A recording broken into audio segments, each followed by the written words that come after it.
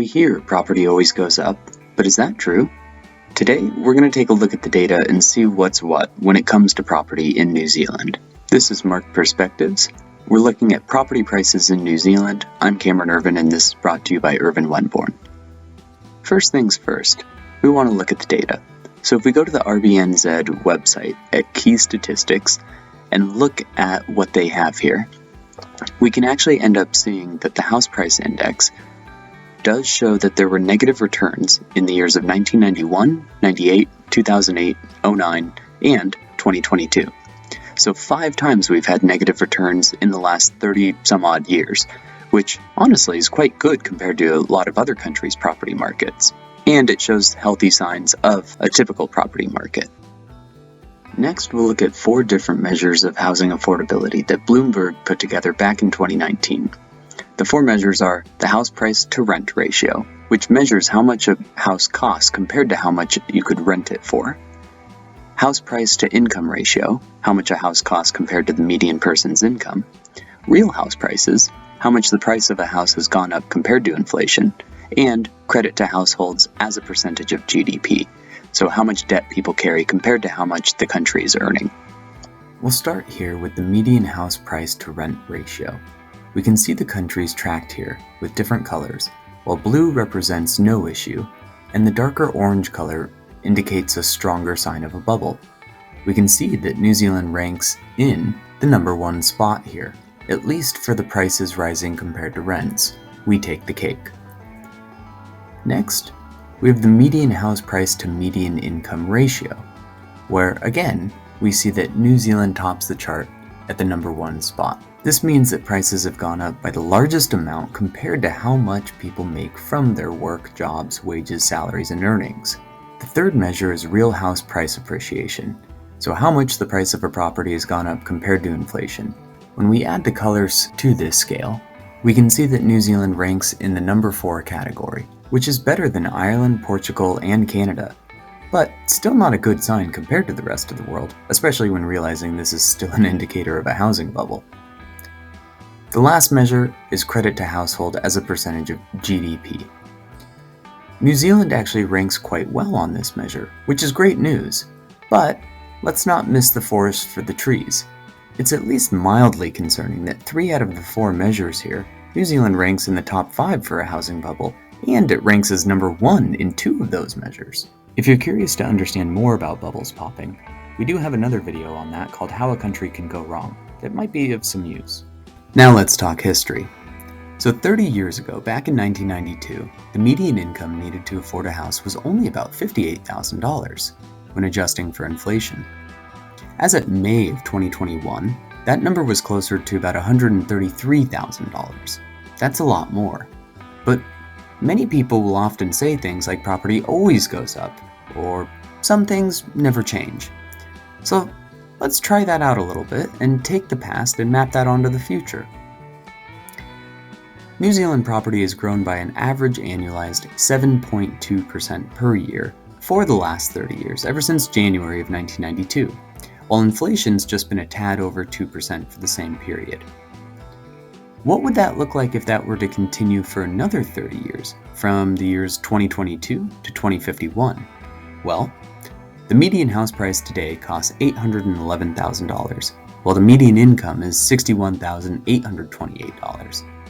In 30 years, if property and incomes were to continue to rise like they have done, then the median income would be about $113,000, so almost doubling, while the median house price would be $6.5 million, growing over 8 times.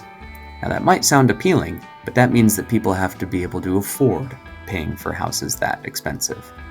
So we're not done yet. Let's actually look at this in more depth and use an example. We'll take a median worker and call this person Ainsley.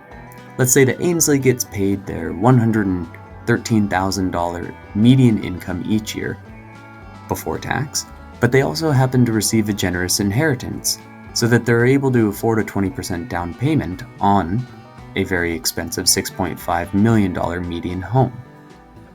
That $1.3 million goes down as a deposit, and then they continue to make their mortgage payments over the next 30 years.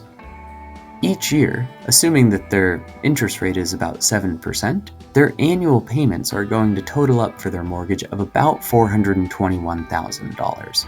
In other words, even if somebody could afford a huge deposit of that size, they still wouldn't be able to afford any of their housing payments.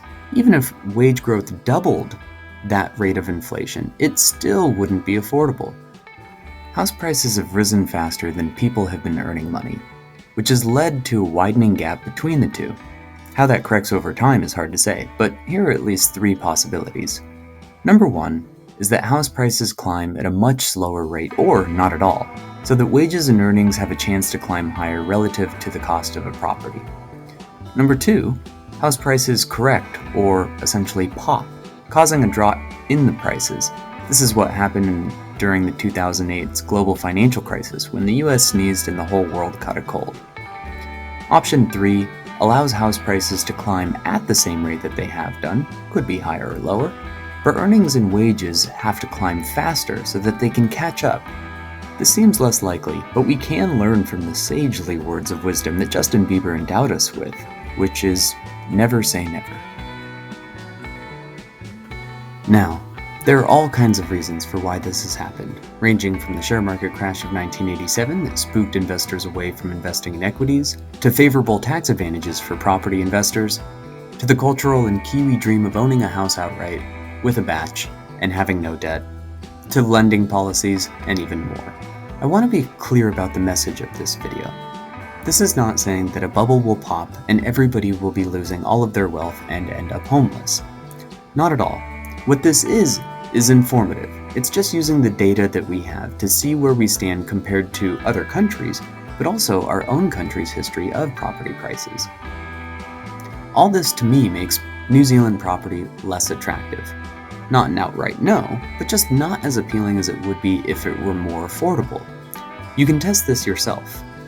Find a house you like, see what its GV is on homes.co.nz, and then see if you'd pay that amount for it. For example, is it $800,000? Would you pay that? What about $1 million? What about $2 million? Or $3 million? $400,000? Prices matter, and when we overlook what something is worth and pay the full price anyway, that's how we can get into trouble, which we call a bubble. So the takeaways from this video are, number 1, if you think that investing in property is always a good decision, think again. It isn't. There's plenty of examples when it doesn't work out well. Number 2, usually when an asset's price rises too much, it has to correct over time, meaning it'll fall back down in value. The best way to avoid this is by diversifying. Number 3, if you're excited by an investment, ask for a differing opinion from somebody that knows, and ask for the data, not just a gut feel of what they think is best. Finally, number 4, owning a home can still make sense for many people, but renting is not an awful option for everybody. Renting can make sense for people that want more freedom, to avoid the commitment, don't want to do house upgrades or maintenance, and would rather use their money in any other way. The best way to summarize this idea is with the old saying, it ain't what you don't know that gets you into trouble, it's what you know for sure that just ain't so.